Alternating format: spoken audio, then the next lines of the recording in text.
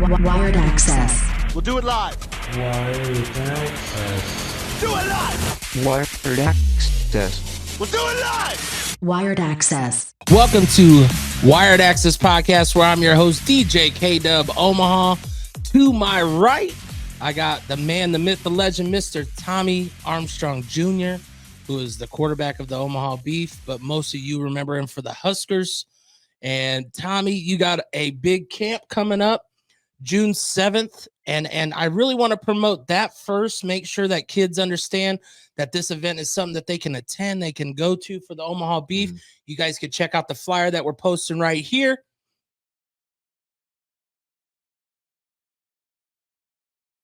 June 7th, talk about the camp, talk about giving back to the kids.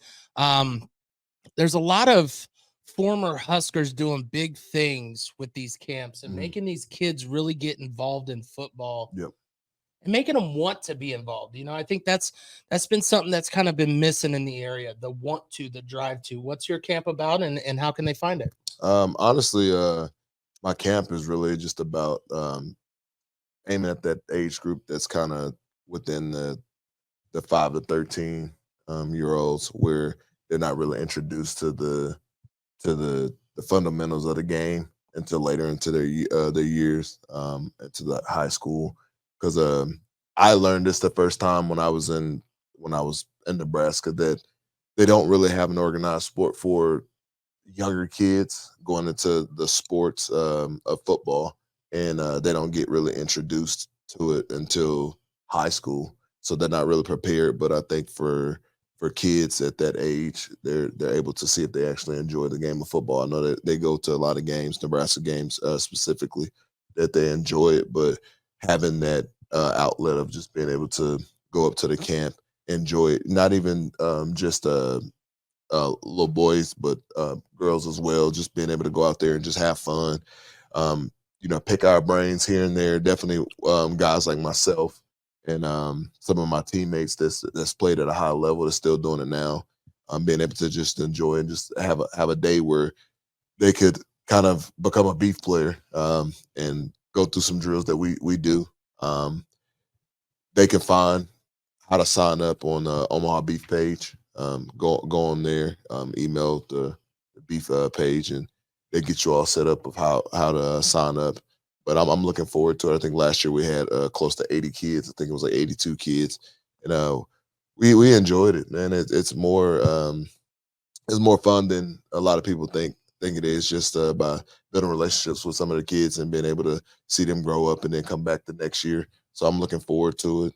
But for me specifically, I just have a hunch to just being able to go out there and do things for the kids, because they go out there and they support us every Saturday. And that's the one thing. So for those that haven't seen, or you might have seen, I've obviously joined part of the beef promotion and throwing out and making some cool videos and interacting with you guys, but the kids, like, I go to these events and I don't want to call it this, but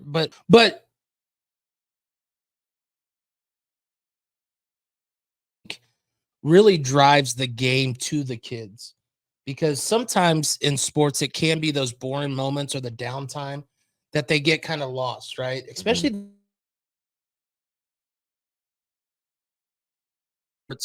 is just really seeing how these kids, like you said, attach to you guys, and they want to come. They're bringing their parents to want to come there. What does it mean to be able to even be a part of something like that now that you're playing, outside of college? College, you have all the Husker fans, which is galore. The Beef fans continue to grow on you guys, the players.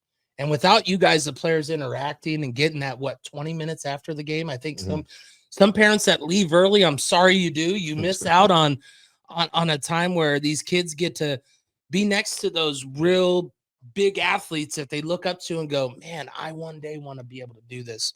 How do you feel that compares? I mean, it's Harlem Globetrotters, but without the script. I feel it's all for the family, all for the kids, but your competition as well. Yeah. I view it honestly, just it's one big family. That's why we have it on our shirts every day that we go out there. As we're one big family, regardless of where we are. They travel.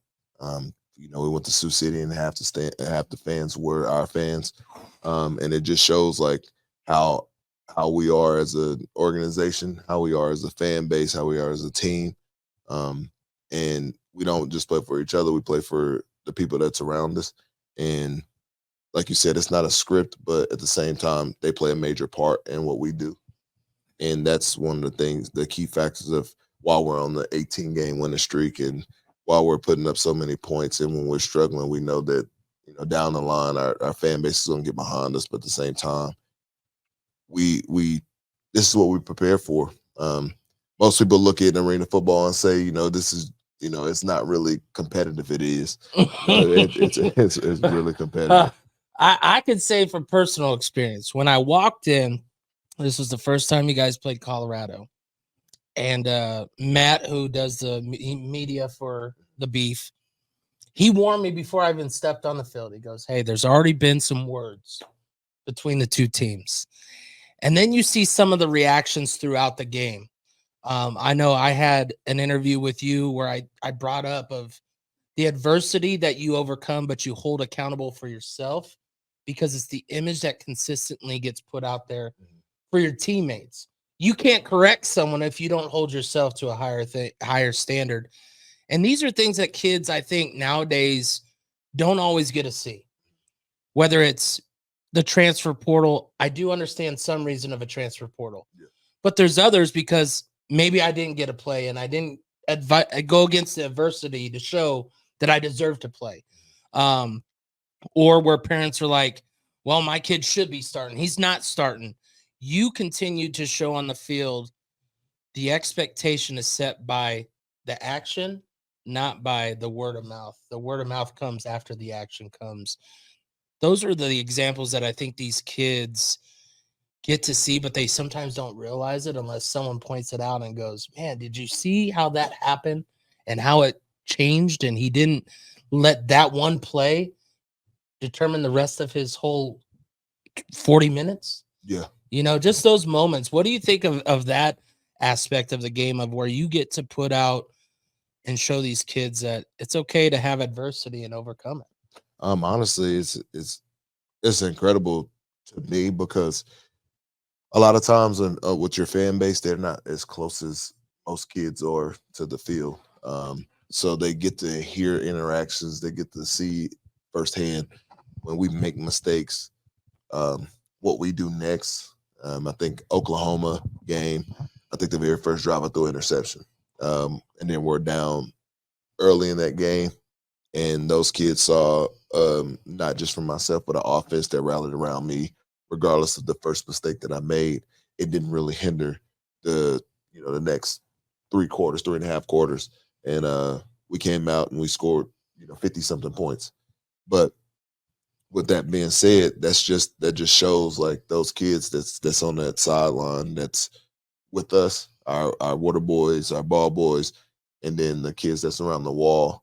They're seeing a passionate team that no matter what happens, they're saying, okay, the Beef's about to come back. In Sioux City, not one person had their head down saying that, we're down 20 points with 7.5 minutes left. The next thing you know, we're up 2 points with 9 seconds left. I think that's the team that we've been all year, where we've been competitive. Our defensive had our back and offensive had their back, but a lot of people don't get to see that because we practice all day and then we come out and we put our results out on the field. But they've seen that all year this year, which is a resilient team. And I think a lot of kids see that because they're on the sideline with us. And some of them come to practice where they're just around. And I know they're relatives of some of the players or the coaches or the owners, but they get a chance to go out there and see exactly how we practice.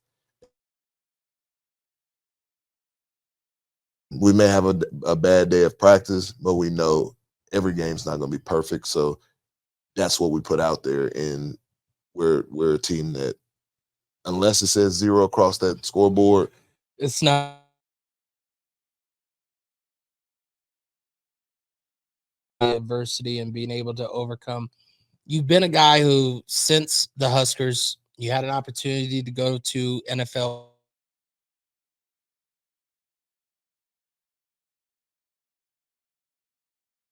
the beef open up with a team that's what some would call semi-pro. Yep.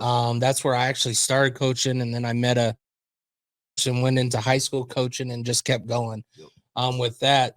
But can you explain the levels so these kids kind of understand, like, and obviously for your guys' team, many people said join this league, and that league that everybody wanted you to join ain't doing what you guys are doing and putting up games and getting games in attendance. What is it like to in these different levels of life that you've been through that has really kept you on the right state of mind to know that you still got it, but you still respect the game enough to continue to do what you do? The thing that really sets in the older you get, and I tell my kids this all the time, and I tell those guys that the game of football is 80% mental and 20% physical. We know that you can stay in the weight room all the time and be in physical shape. The other 80% is the mental part. You have to know your assignment, your alignment, what the play is, how to get prepared for the game, study film. That is what most people don't see. That's the part that a lot of people may watch it on TV and say, "What is this guy doing?" Or they look like they're prepared. And that's one of the things that I harp on the most is the mental part of the game. Definitely when it comes to the younger kids, of understanding the older you get, when you're young, you can get by with talent. You can get by being the most athletic guy. A lot of times that the younger you are, they put the most athletic guy at quarterback. And they just say, go out there and make a pass. If it's not open, run for a touchdown. But the older you get, everybody's talented now. And now it's like, who's mentally prepared for this game? Anybody can get beat in any moment in time. Definitely when you're playing a talented team, it's the team that's prepared the most. And I think that's what separates every single league from elementary to the pros. Is the older you get, the more mentally prepared you have to be. And once you're able to understand the mental part of the game, that is when you're able to be great and understand. Like for me, I'm 30 years old. I'm going against guys that's 25, 24, that's straight out of college. And some of them are more athletic than I am, but I can guarantee you they don't do as enough film study than I do. And they don't put themselves in the right situation to be successful like I do. Maybe they do, but they probably don't do enough like I do. See, and that's what separates me. I like that you said that because I really feel like I know it's a warm-up game for you guys, but playing some of these semi-pro teams, and I only say because I've known some athletes there, maybe they didn't play college, maybe they didn't play. I mean, to be honest, the only even reason I got into coaching was because I went to go try out for a semi-pro team, and I ain't played in so many years. But I thought, just like you said, where it's like, oh, I could go do this, I could do whatever, right? I could just. And then I saw no one was really coaching, and then people were listening to me. So I was like, I'll just coach. I'm smarter than that. I shouldn't try to play at 27, right?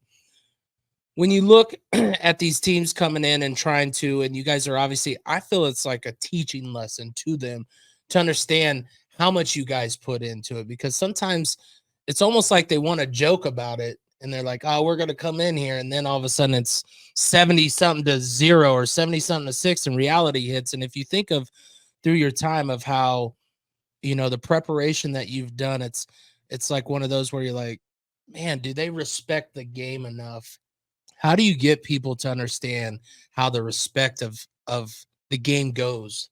Even as you get older, you can't just disrespect the work of what others do. And I say that because everybody feels they're going to get a clean hit on Tommy Armstrong, and he's not going to make the right play. But I've seen him multiple times where you're going to either lay a shoulder into him, or you're going to make it a position that you're safe at the end when they try to hit you or they hit each other. Honestly, the respect level, like it's like one of those. It's like a humble pie. It's like one of those humble pills where, like I said before, it kind of touches bases on, like I said earlier, which is you have to respect the mental part. Talent can only get you as far. You're going to meet a guy that does the same thing that you do every day. Um, he just does more, and he may watch film more than you. That team may watch more film, and they're a little bit more prepared. And you just getting by. And the biggest thing for us, for us as the Omaha Beef, we know we have a target on our back.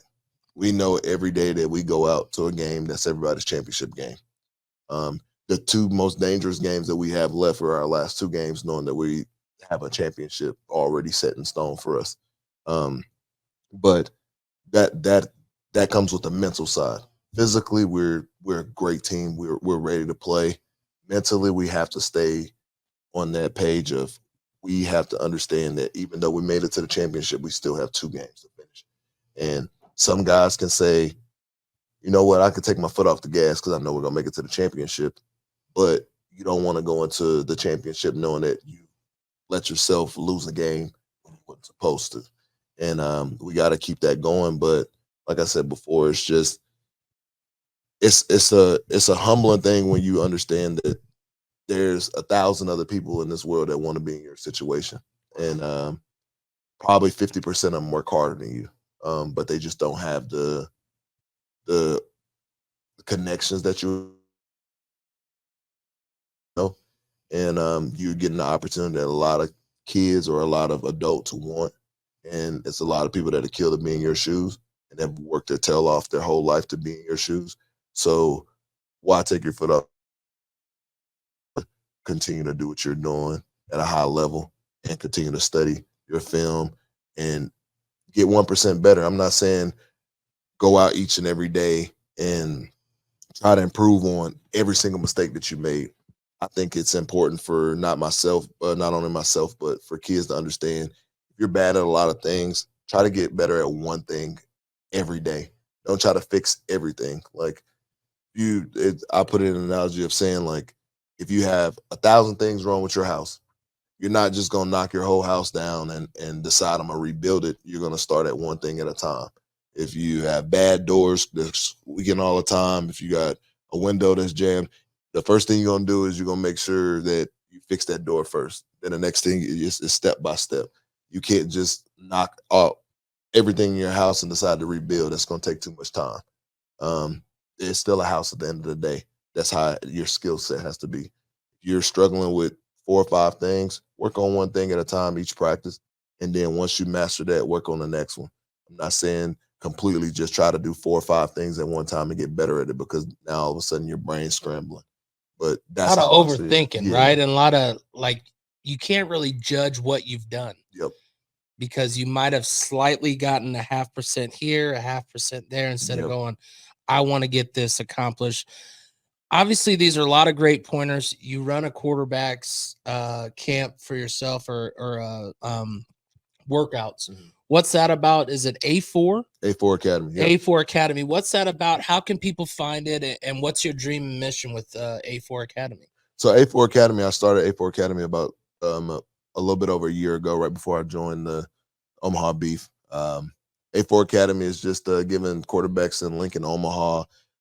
It's actually expanded to Grand Island, and I have a lot of kids that's traveling from all over the place. I've actually connected with a couple kids in Texas as well. But basically, our mission is just to give an opportunity for the younger kids, older kids, to just tune in their skills and be able to learn from myself, and just become one big family. I think I've learned so much from just working with guys from Omaha, Lincoln, Grand Island, Texas, of just getting all of us in the same room and trading ideas and being able to teach these kids what it takes to get to the next level, not only the physical part, but the mental part, like I talked about before, and understand the game of football and how to become a better quarterback. And right now, our website's a4footballacademy.com, and right now it's building, it's growing, and I'm excited about it. Being able to have my own football season and them being able to see how well I'm doing, and what we practice is what I'm actually preaching as well. And that's exactly how it's supposed to be. They say it all the time, practice what you preach. And they send me play. A lot of my quarterbacks go to our games, and they've seen how well we've been playing. And then I turn around the next day and we have our session that next night. So I'm super excited about what the future holds for not just Omaha Beef, but for my A4 Academy quarterback camp that I've not camp, but training that I've been doing. But it's starting to kind of hit the ground rolling. So I'm excited about that. You brought up a great thing of being able to get together with other guys and understand that we're here to better ourselves and better the athletes. I say that because, of course, numbers matter, but if the numbers aren't getting produced to results, what does 500 kids matter, right? Mhm. If you can't get the results, how important has that been a part of your journey of being able to find other people that you're able to connect with, work together? I believe I've seen you out at Warren Academy stuff, doing the quarterback stuff there and having some impact with, and probably that's some of the athletes that are working out with you. I mean, he's given opportunities for colleges to come look at these athletes. And I think just the culture that's starting to build around here with your guys' connections and help and vice versa.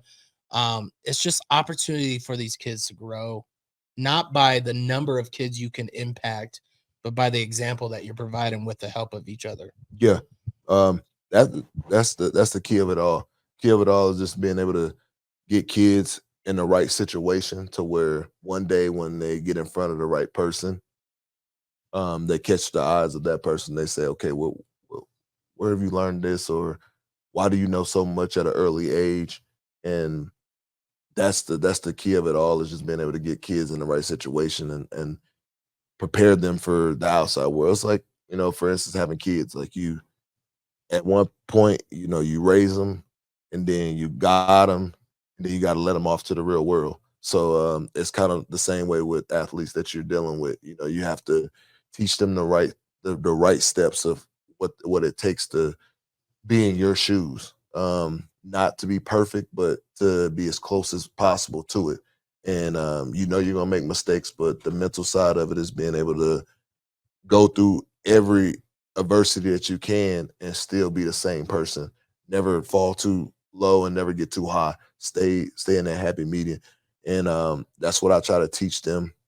And I think the biggest thing is putting them in the right situation. I know I work with, like you said, I've done some work with Warren Academy. I've done some, but I also do some work with Nebraska Elite. And I used to coach for them for a few years. And now I've been doing a Coach Dubs camp every year. Keith Williams, he's the receiver coach for the Saints now. But in July, we actually have that going on where we have a 2-day camp where, I want all my quarterbacks to come out and he has about 80 to 90 receivers. And we get out there and we're throwing, some colleges come out to help out.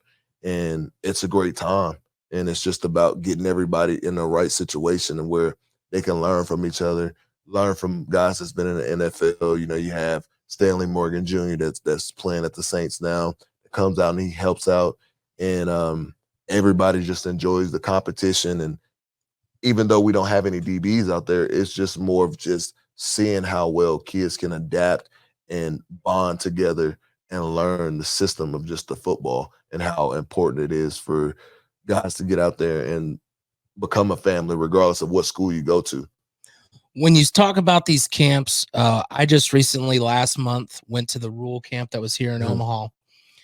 The Nebraska connection to Nebraska has not been as strong as it's starting to get back to for a while. What does this mean for former players like yourself to see? And now, obviously, you're doing your own journey, but it's still along those same lines to get these kids around this area wanting to be a part of this game again. And I could say it for many kids, none of them have seen a lot of winning in the past 5-7 years. We're starting to show them that sometimes it's about you and how you develop and what your future is. The wins, losses, don't get me wrong, you'll remember some of those, but you remember the impact of everything that you've learned and developed to who you are today. Yeah. And it's hard to tell a kid that, like you said, it's hard to tell a kid that like wins and losses really don't matter. Because in certain aspects it does, but like it's just it's how you look at it. I look at it as last year for Coach Rule, it was a great starting point for him. You know, the recruits, the guys he's bringing in, the camps he's doing, it's showing these kids that, like, for instance, you got guys that's around here that just need an opportunity. I talked about it before where they don't have that opportunity to showcase what they have. And some of them go off to SEC, some of them go off to ACC, and you're like, where did that kid come from? Well, he was 35 minutes down the road, but You really don't didn't get get an your look. opportunity. Yeah. So he traveled around, played a little 7-on-7, got a couple offers, and then all of a sudden he committed. But I think that's the biggest thing is just getting these guys the right opportunity to showcase what they have. And Coach Rule's doing a great job of putting that camp together, seeing what he can do, getting not only himself but his players involved with the community. And I think that's the biggest thing is the support system. I know we talk about it all the time of just having fans that interact with the kids, but having the community and Nebraska all as one. It's second to none when it comes to that. Nebraska, that's all we have is our community and the way we look at everything around here. Because Nebraska football is the only thing really we have as far as like a pro team. Yeah. And once you kind of see that little separation between the community and the football team, that's when you start to see like struggle and things like that. But I think we're doing a great job of putting everything in one basket and saying, look, this is how we're gonna get better. And it starts with the community and the fan base. Thinking back to when you were in Texas as a younger kid, and you think of what opportunities kids have now, whether it is personal trainers, meal plans, so much more technology-based stuff to help you get bigger, faster, whatever. What is your biggest takeaway that you feel some kids you wish you would have had when you were 16, 17, that some kids need to really dive into? They have now the opportunity, but maybe they pass up. To be honest, when when I was young, I wish I would have had an opportunity to, I guess, I'll say this first. I know one thing I'm glad I didn't have, and that was social media. As far as Amen. like, it's pros and cons of social media. I think you know, your highlights and you can get yourself out there for people to see your talent. But when I was in high school, it wasn't social media really wasn't hitting the ground running at the time. And I think right now that's the biggest struggle when it comes to the generation now, where not it's a good thing to have your film out there on Twitter and things like that, but people are so glued to their phone that they don't even realize that high school won't last forever. And I try to tell a lot of kids that now, like, enjoy it while you can, because the older you get, the more responsibilities you have, and your clock is ticking, man. And I tell them that all the time, like, you can put that phone down, like, you don't have to be glued to the phone, you know, Snapchat, TikTok, all this crazy stuff.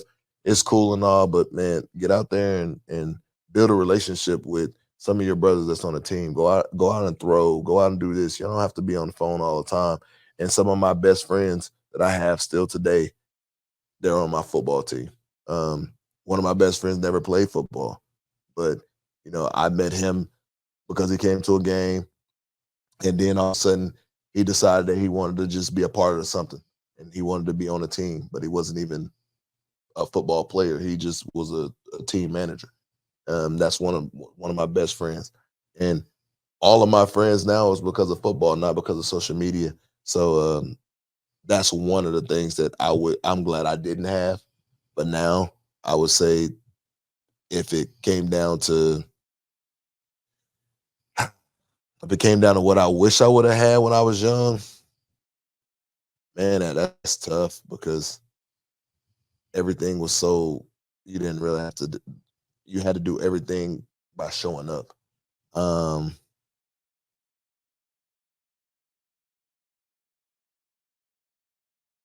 Most and of when I it. was in high school, um Athletic Republic, um my running back was Malcolm Brown. He played at Texas, when he played with the Rams for a few years. Um had a lot of great talent around me, but we bonded together where it was like, hey, let's go to our trainer every 2 or 3 days of the week. Even if we had games, we would still go do recovery stuff. So we built a bond, like just our team bonded so well because we did everything together. 7-on-7, how big was it down in Texas? Because I know obviously in Nebraska we get things 27 years later, and it finally becomes big up here. Okay, so that I'm glad you said that. That's one of the things I wish I would have been able to do, or I would have had when I was younger. 7-on-7, we had it, but it was more of our district. So it was more of just like the Omaha district, where they have certain teams that just play against the local high schools and they play against each other. That's what we had in Texas. But like Nebraska Elite, Warren Academy, traveled to Florida, Vegas, everywhere. We didn't have that. And I wish I would have had that when I was younger. So that's one of the things I wish I would have had. But man, it's crazy. But in Texas, we had 7-on-7 every summer. We had the difference between here in Texas is we had spring ball, summer ball, fall camp, and season. It was like college. Did you play, what other sports in high school did you play? Any other ones? I played baseball and football. Center fielder? I played center, shortstop, and I pitched. Okay. Yeah. When you think of like, because sometimes that's the downside of 7-on-7, that around here, the word of it. Mm-hmm. You play 7-on-7, then you might miss other sports. Mm-hmm. What's your reflection on that, being a multi-sport athlete, but being able to know that schedules can work around things? 7-on-7, I think you guys may do 6 tournaments, if that. Yeah, you do about 6 or 7 tournaments, and you practice probably once a week. And that's probably on a Sunday or a Thursday. It all depends on what works best for each player. Because we know some kids have basketball, some kids have track during the spring or whatever the case may be. But in the summer, you have like AU track, AU basketball. So most of the time your coach works around it, but usually you have your tournaments where you travel through maybe on Friday through Sunday, and then you turn around and practice maybe on a Wednesday or Thursday. But you have one day of practicing, you have your playbook, and that's about it. But it's all about the competitive nature of just competing and being able to go out there and showcase what kind of talent you have in front of a lot of other teams. And that's one of the things that we didn't have growing up, but a lot of these kids have growing up. And some of them, they take advantage of it, some of them don't. And I think that's the biggest mistake that they have to understand is like when you have an opportunity to showcase. If I'm going against a 5-star corner and I'm a nobody at the time, I'm trying to beat you every time I step up, because it may be a guy that's coming out there to watch you and say, I understand we came to watch this 5-star corner, but who is this receiver that beat him 4 or 5 times? Now all of a sudden you're getting looked at, and now you got a chance to go somewhere where you thought you'd never go. Who has the advantage when it comes to taking 7-on-7 to tackle football, do you think? As far as like offense or defense position? I think defensively, they have the advantage because you can't run the ball. like you 1,000 times out of 1,000 there's going to be a pass play, and they're trying to implement putting some run plays in and some 7-on-7 tournaments. And you can only maybe run once a half, but right now defense is like that. That is that they're passing the ball. There's no point in thinking any other way. Offensively, you can get open when they know it's pass. You should have no problem when you have an O-line, D-line out there and you actually doing play action passes and things like that. But and tackle's a little tougher, so the offense has advantage then, because basically off tendencies and things like that. Now you have a chance of actually establishing the run. A lot of great teams establish the run first, and then they're able to pass the ball. Being a passing quarterback and a running quarterback, does it not make it harder to be the guy that has to hand the ball off when you know that you can do it, or how important it is to the game that the running back is needed? Yeah. Because a lot of people are like, just take it and go. Yeah. They're thinking you're Michael Vick out there. Yeah, at some point, depending on the game, down and distance, it's easy to say that. but you have to get your guys going. Um, for me, I I enjoy seeing my teammates dance in the end zone based off of them catching a touchdown, things like that. It's just, you know, I know what I can do. I know what they can do. And the biggest thing is building their confidence level throughout the game. That way, when things hit the fan, we're all on the same page of like, To hey, finish hey, that 9 hey, seconds, TA, right? if it's there, bro, just go. Like, you know, um, key situation in the game. Houdini caught a touchdown. Troy comes around the next one, catches a touchdown, and then the following drive, Troy catches the ball on the 2-yard line, and then right away, Coach Tatum goes, "We're gonna put the ball in your hand to win the game." I said, "Okay," and everybody on my team on offense looked at me and said, "Get in the end zone." But that's just the confidence level that we all have because when our numbers call, you got to be able to answer. And me as a quarterback that can do both, it's like I want to be able to make sure my guys are doing what they have to do, not just going out there blocking and becoming basically speed bumps at one point in time. I use that analogy in what I do with owning a business, whether it's mowing lawns. Sometimes I'll do the hardest of the work because I know it comes back in tenfold, and I think that's exactly what you're going to. I will get the ball wherever it needs to, and then when it's my turn to shine, no one's gonna question it, comment it, nothing. They're like, do that job to get in there. When you think of through all your times that you've played football, and you think of just injury base, what's some of the struggles that I think some people have the hardest probably to overcome that you have seen yourself overcome, whether it is taking some time to yourself, whatever the process is? What is some mental things that you really try to push to help and maybe even explain to your athletes that you're coaching of how important it is to rebound from an injury? Because you could have quit football a long time ago. You could have stopped just like the next guy. But it's that want to, that drive to, that I can't say it. Sometimes I don't have it. I got to dig deep, and I'm like, I can't be mad. I mean, JoJo Doman had 2 knees replaced, and look at him trying in the NFL. You know what I'm saying? Like those mental battles that you've had to go through. Honestly, my senior year, I ended up tearing my hamstring. Um, I really thought I was done after that. But I got a chance to just rehab, kind of reflect on what my purpose in life was really going to be. Because I tell a lot of kids this all the time. Always, always think about what your life will be without football. If I took football away from you, what would you be? Like, would you have a plan? Would you do anything? But a lot of kids don't really understand, like, oh, I just want to play football. Well, what if it gets taken away from you? What do you mean? What if you get hurt to where the doctor comes in and says you'll never play the game again? What would be your next step? I don't know, coach. Then you need to start thinking about that.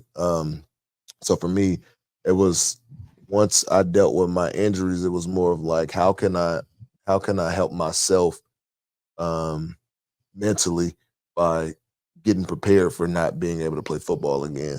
And I found a way of saying, you know what, I still want to be involved in a game where I can actually help kids because I think that is my gift that I have is being able to have a relationship with every position when it comes to receivers, to running backs, to quarterbacks, because I understand the game so well.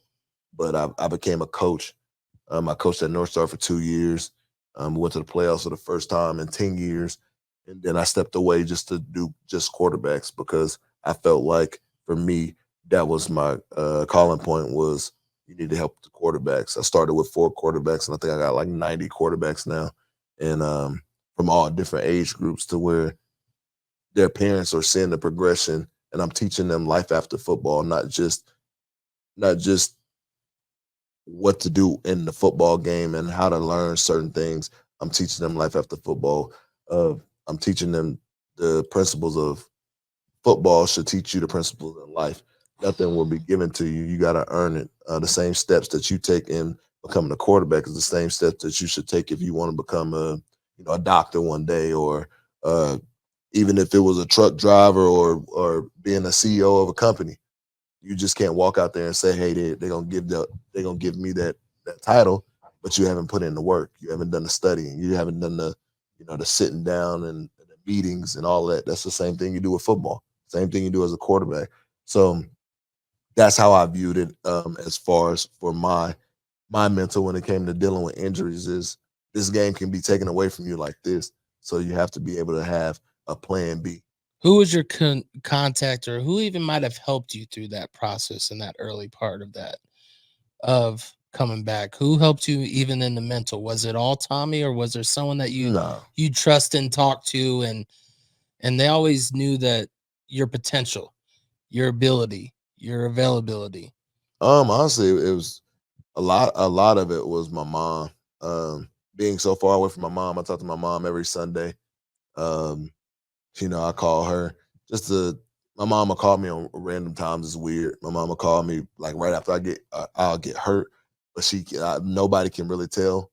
But my mama call me the next day like, "You okay?" I'm I'm like, good. "I'm good. Well, what's up?" She's like, "No, are you okay? Because I know you're hurt." And I'm like, "Yeah, I'm okay." She's like, I know." She's like, "A mom always has this hunch that when something's wrong with their kids." And I always talk to my mom about a lot of stuff when it comes to just, my kids, my life, my mental.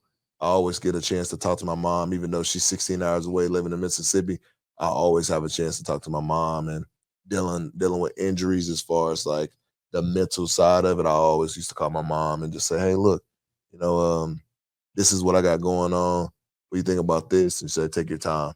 And a lot of people said I should have played my senior year in a bowl game after tearing my hamstring, but not really understanding the severity of it. My mom was just like, look, there's only one person that knows your body better than you do, and that's you. So don't let nobody tell you regardless. And hearing that from my mom saying like football, like this is what most people don't understand. Football is football, but you got to understand that your life is bigger than football. You can't sit here and think that you have to give it your all without having some kind of backlash behind it, because that's what ends up happening if you overdo it. And if you can walk away from football and say I gave it my all and not be able to play in your last game, that's cool.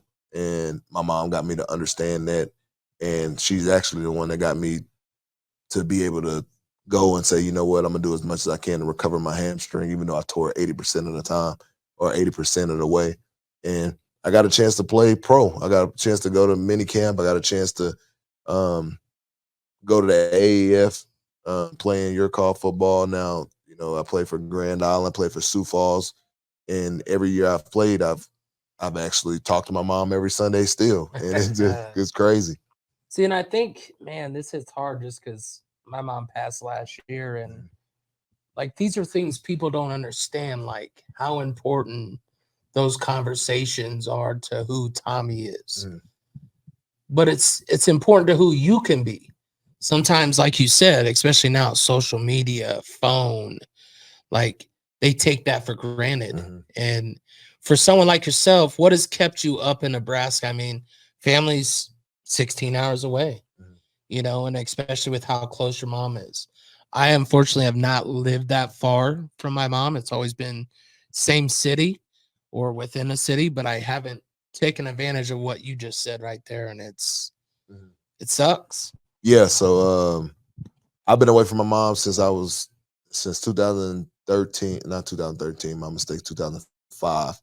I moved to Texas to stay with my dad, but I promised my mom that I would call her every Sunday. That has not changed in almost 20 years. I call her every Sunday, regardless of what's going on. Only time I don't call her is if I got a game. But I at least call her in the morning just to say, hey, this is what's going on. She said, good luck, and I call her the next day. But at least talk to her once a week.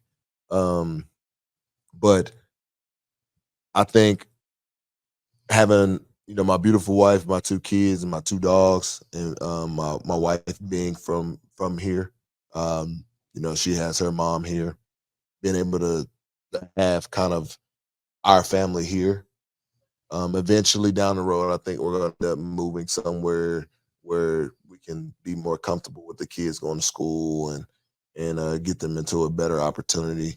I think personally for them, and we talked about it a long time ago, which was like once they start going to middle school, elementary school, we'll probably end up moving somewhere, kind of probably Texas or somewhere there where the competition is a little bit higher, where they can start learning on their own of, hey, look, it's either you want to play sports or you don't. But for me, being so far away from my mom, I think it's a norm now. But the older I get, the more I understand. Like I used to go maybe see my mom once a year, and now I want to see my mom 2-3 times a year, and it's not even just because of me; it's because of their grandkids. I want them to know who their grandmother is. I want them to know who their aunt and uncles are. And the older you get, the more families are important, regardless if it's your mom, if it's your brother. Um, I've lost a lot of my family members in the last 5 years, and I've seen how my mom has responded to it. I think she has only one brother left. So I never want myself, my kids, or my wife to have to deal with, be able to at least spend 2 or 3 days where we can talk on the phone. I'm the type of person that I FaceTime my sisters probably every day, and it's my wife says it's ridiculous sometimes. Like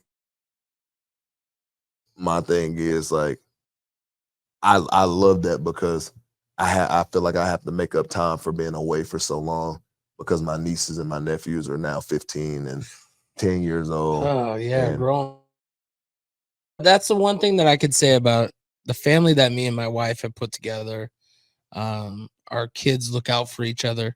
The last of four just graduated, so they're all graduated, moving on, doing things. But the way that they have each other's back and communicate it's priceless. You know that you've done something right when your kids are all graduated.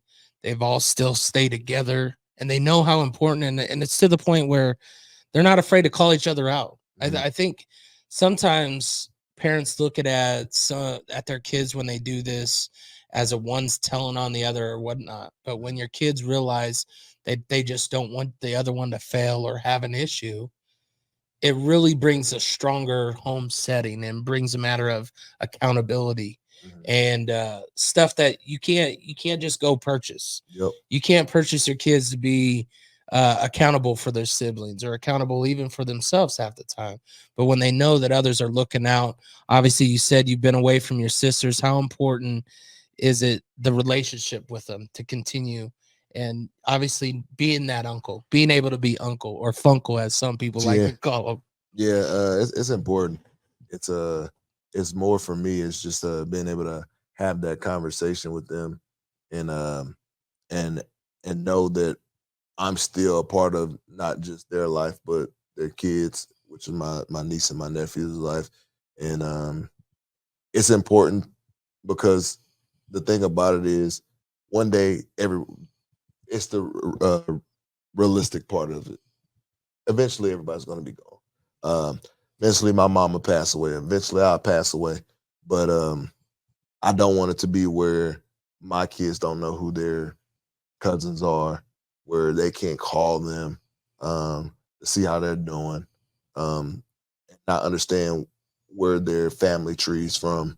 Because I know a lot of kids or a lot of my friends that say, man, I know my mom and my dad, but I don't really talk to my uncles or my cousins like that because they live across the world. Yeah. But the whole thing about having a family is being able to go 3-4 months without seeing each other, but the next time we see each other, it's like we saw each other yesterday. Exactly. And I think the best part is technology nowadays makes it so much easier. But we'll wrap it up with this. Obviously, some big dates coming up. Like we said earlier, look at the flyer here. Omaha Beef with Tommy Armstrong and the crew are going to throw a camp on June 7th. Come hang out, have pizza, a get together, and learn something about the game, but also learn something about yourself. Then June 8th, home game, they get a ticket to that too, right? Yep. If you go to the camp, you get a home game ticket for June 8th. You'll see me running around. You'll see what they do. I mean, I have a lot of fun just letting them play out to the camera and really to the fans. I mean, catching the fans' reactions, I think, is some of the best stuff because you don't see it. It's not all on ESPN and all the CBS, but I tell you, it's real. The fandom's real. The being a part of something special is real, no matter where you're at. So once again, I appreciate your time, Tommy. I appreciate the Omaha Beef for allowing this to happen. Of course, Hurrdat Sports. Check out June 7th, June 8th. Omaha Beef. Once again, Wired Access Podcast. Your host, DJ K-Dub Omaha. We'll see you next time.